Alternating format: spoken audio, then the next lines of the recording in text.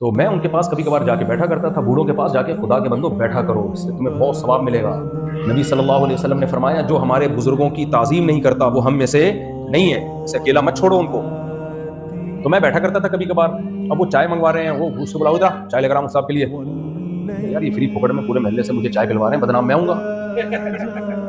سمجھ رہے ہو، اجنبی لوگ ہیں، وہ کبھی اس سے چائے، وہ کہیں گے مہمان تمہارا ہے، چائے ہم سے منگوا رہے ہو، پیسے بھی نہیں دے رہے ہوتے تھے، پھر وہ ادھر دودھ پتی لے کر آ، پھر اس کو کبھی بول رہے ہیں ادھر جوس لے کر آ، ادھر گنے کا رس لے کر آ۔ میں نے پوچھا، میں نے کہا حضرت یہ محلے والے آپ کے اتنے فرما بردار کیوں ہیں؟ کہہ رہے محلے والے نہیں ہیں، یہ سارے میری آل اولاد ہیں، کچھ بیٹے بیٹیاں پوتے نواسے بہوے داماد، کہہ رہے میرے بیٹے بیٹیاں پوتے نواسے ملا کے 80 کے لگ بھگ ہے، ٹوٹل تعداد ان کو بھی معلوم نہیں۔ کہتے میں نے شادی جلدی کی، اولاد پیدا ہوئی اور بیٹے بیٹیاں بالغ ہوتے رہے، ان کی شادی ٹائم پہ کرتا گیا، آج اتنا بڑا خاندان ہے کہ خدمت کا نمبر نہیں آتا۔